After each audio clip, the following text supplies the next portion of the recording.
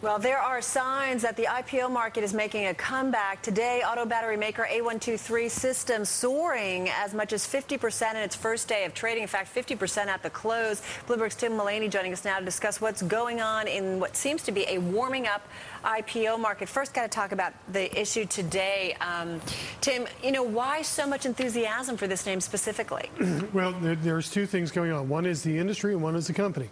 People are very excited about the industry. The research from A.T. Kearney, which is a big consulting firm, says that this is a $30 million market for batteries that people use to make electric cars. This is not the battery you buy at Sears. It's the Doesn't sound exciting, but this is the thing that will make the Chevy Volt go or the Tesla go, that kind of battery.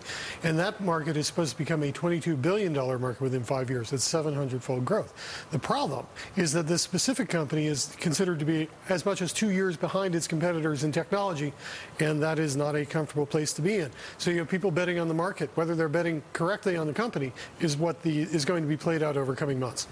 Another story that we're talking a lot about today, a lot of people, I guess, want to hear about Twitter. Wall Street Journal reporting that it's close to getting $100 million in funding from some investors. What are you hearing about the valuation? Does it give something like Twitter and perhaps even Facebook more credibility and viability? Is this really a good thing for the people at Twitter? Well, clearly it's a good thing for people at Twitter. Someone says, I'd like to give you $1 billion, sir. The general answer is thank you. But, Unless your product is worth $10 billion, right? I mean, you could be shortchanged. Well, sure. But the thing is, Twitter is a totally unproven ad medium. And it's a very different company than Facebook. Facebook is expecting to have about $500 million in revenue this year and is cash flow positive. Twitter is still awaiting its first dollar in revenue. It is an entirely unproven advertising medium. There will be a long period of ad agencies testing different approaches, testing different things to see if Twitter will make customers come to the table.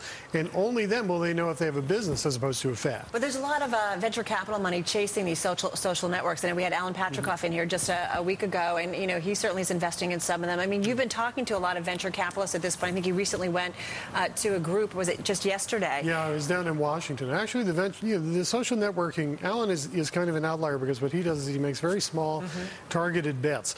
The industry, however, is a $200 billion assets under management industry, and they are heavily committed to very high capitalization bets on very capital-intensive companies. A123 is a great example of that. They raised $360 million before their IPO. Right. And in 8 years, they basically got, twice their money back, which is extremely mediocre. And they are actually quite pessimistic. Only 8 startups have managed to go public all year. That is, last year was 6. That was the worst year since 1977. Right, really dried out. Yeah, absolutely. At the bottom of the internet bus, there were 3 times as many IPOs as there are now. It's an 8-year problem now, and they are really stressed. All right, we're going to take a quick break. Tim, thanks for joining us. Tim Mullaney there from Bloomberg News.